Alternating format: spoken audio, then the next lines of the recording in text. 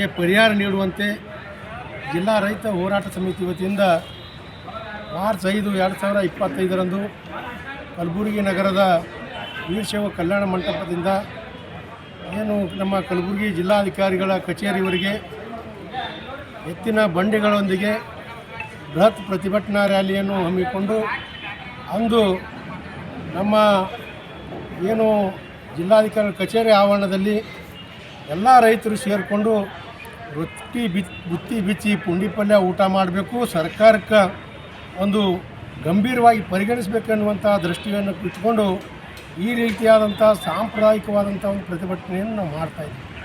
ಈ ಪ್ರತಿಭಟನೆ ಮಾಡುವಂಥ ಮುಖ್ಯ ಉದ್ದೇಶ ಏನಂದ್ರೆ, ಈ ಹಿಂದೆ 2023-24ನೇ ಸಾಲಿನಲ್ಲಿ ಇದೇ ನೆಟೆ ರೋಗ ಹೊಡೆದಂಥ ಸಂದರ್ಭದಲ್ಲಿ ಸುಮಾರು 733 ಕೋಟಿ ರೂಪಾಯಿ ಹಿಂದಿನ ಸರ್ಕಾರಗಳು ಏನು ಪರಿಹಾರವನ್ನು ನೀಡಿದವು.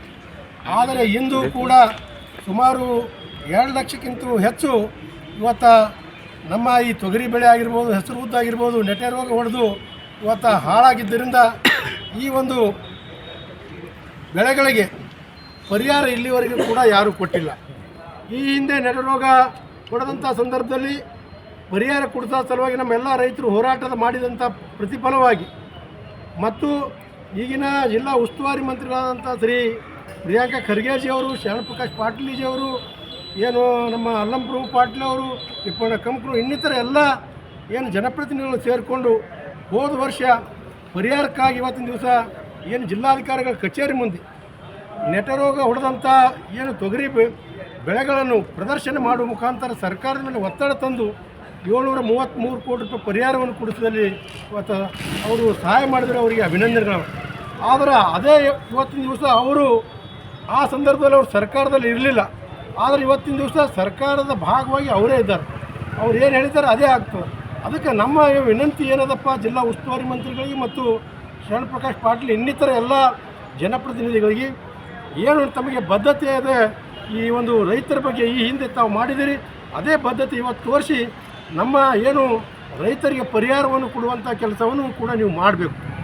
ಏನು ಈ ಬಜೆಟ್ ಅಧಿವೇಶನ 3ನೇ ತಾರೀಕು ಪ್ರಾರಂಭ ಆಗ್ತದೆ, ಅಲ್ಲಿ ತಾವು ಧ್ವನಿ ಎತ್ತಬೇಕು ಮತ್ತು 5ನೇ ತಾರೀಕಿಗೆ ಮಾಡುವಂಥ ಹೋರಾಟಕ್ಕೆ ತಾವೆಲ್ಲ ಸಹಕಾರ ನೀಡಬೇಕು.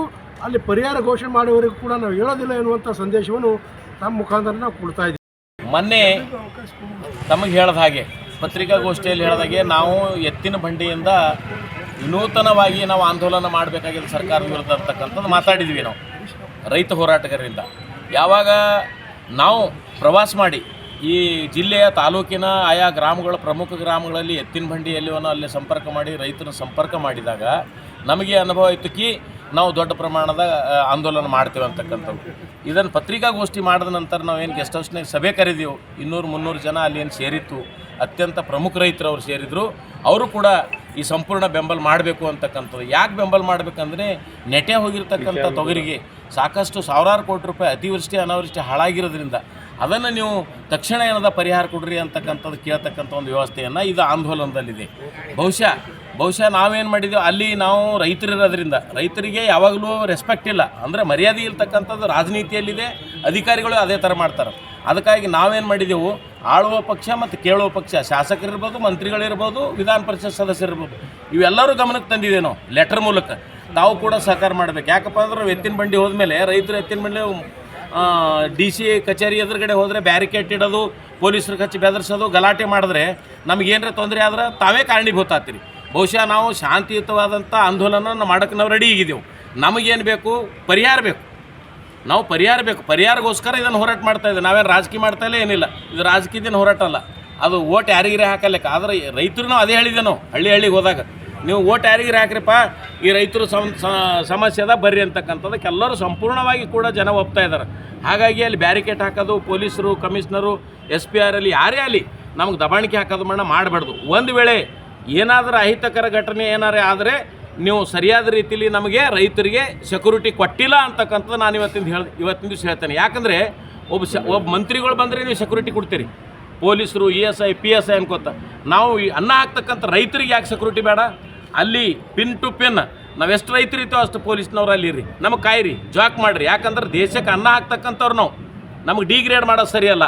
ಹಾಗಾಗಿ ಈಗ ತಾನೇ ಅವರ್ಣ ಮ್ಯಾಕೇರಿಯವರು ಅಲ್ಲಿ ಮತ್ತು ಹಿರಿಯರು ನಮ್ಮ ಹಿಂಗಿನ ಸರಲ್ಲಿ MD ಪಾಟೀಲರಿ ನಮ್ಮ ಮಲ್ಲಣ್ಣವರಲ್ಲಿ ಯಾರೇ ಇರಲಿ, ಆದರೆ ಅಲ್ಲಿ ನಾವು ಜಿಲ್ಲಾಧಿಕಾರಿ ಕಚೇರಿ ಆವರಣದ ಒಳಗಡೆ ಎತ್ತಿನ ಬಂಡಿ ಬಿಟ್ಟು ಅಲ್ಲೇ ಊಟ ತಿಂಡಿ ಮಾಡಿ ನಮ್ಮದು ಪರಿಹಾರ ಘೋಷಣೆ ಆಗೋವರೆಗೂ ನಾವು ಅಲ್ಲೇ ಕೂಡ್ತೀವಿ ಅಂತಕ್ಕಂಥ ಹೇಳಿರ್ತಕ್ಕಂಥದ್ದು.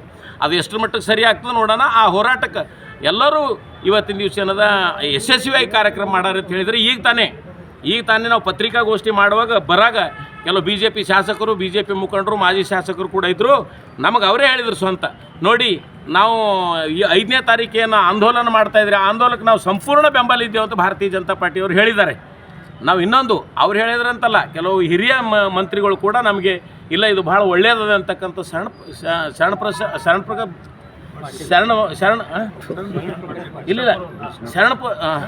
ಶರಣಬಸಪ್ಪ ದರ್ಶನಪುರ ಹಿರಿಯರು ಅವರು ಅಂದರು ಸಾಕಷ್ಟು ಸಾರಿ. ಅವರು ಏನದ ಇದು ಸತ್ಯ ಇದೆಪ್ಪ, ಇದು ಆಗಬೇಕು, ನಮ್ಮದೇ ಇರಲಿ ಸರ್ಕಾರ ಬೇರೆಯವ್ರದ್ದು ಇರಲಿ, ಅದಕ್ಕೂ ಅವಕಾಶ ಬೇಕು, ನಮಗೆ ಪರಿಹಾರ ಬೇಕಲ್ಲ ಅಂತಕ್ಕಂಥದ್ದು ಅವ್ರನ್ನೂ ಹೇಳಿದ್ದಾರೆ. ಅದಕ್ಕೆ ಎಲ್ಲರೂ ನಮಗೆ ಸಂಪೂರ್ಣ ಬೆಂಬಲದ. ದಯವಿಟ್ಟು ಅಲ್ಲಿ ಏನೋ ನಮಗೆ ತೊಂದರೆ ಆಗಲಾರ್ದಂಗೆ ಯಾವುದೇ ಅನೈತಿಕ ಘಟನೆ ಆಗಬಾರ್ದು ಅನ್ನೋ ಲೆಕ್ಕ. ಒಂದು ವೇಳೆ ಆದ್ರೆ ತಾವು ಜವಾಬ್ದಾರಿ ಆಗ್ತೀರಿ ಅಂತಕ್ಕಂಥ ಹೇಳಿ, ಇನ್ನೊಂದು ಗ್ರಾಮೀಣ ಪ್ರದೇಶದಲ್ಲಿ ಇಡೀ ಜಿಲ್ಲೆಯಲ್ಲಿ ರೈತಾಪಿ ವರ್ಗದವರು ತಾವು ಸ್ವ ಇಚ್ಛೆಯಿಂದ ಬರ್ರಿ, ಎತ್ತಿನ ಗಾಡಿ ತೊಗೊಂಬರ್ರಿ, ಈ ಆಂದೋಲನ ತಮ್ಮ ಸಲ್ಲೇಕದ, ತಮ್ಮ ತೊಗರಿದು ಪರಿಹಾರ ಸಲ್ಲೇಕದ. ತಾವು ರೈತ ಮುಖಂಡರು ಎಲ್ಲ ರೈತ ಮಹಿಳೆಯರಿರ್ಬೋದು, ಪ್ರಗತಿಪರ ಎಲ್ಲರೂ ಏನದ ಈ 5ನೇ ತಾರೀಕಂದು ಭಾಗವಹಿಸಬೇಕಂತ ಈ ರೈತ ಮುಖಂಡನ ವಿನಂತಿ ಇದೆ.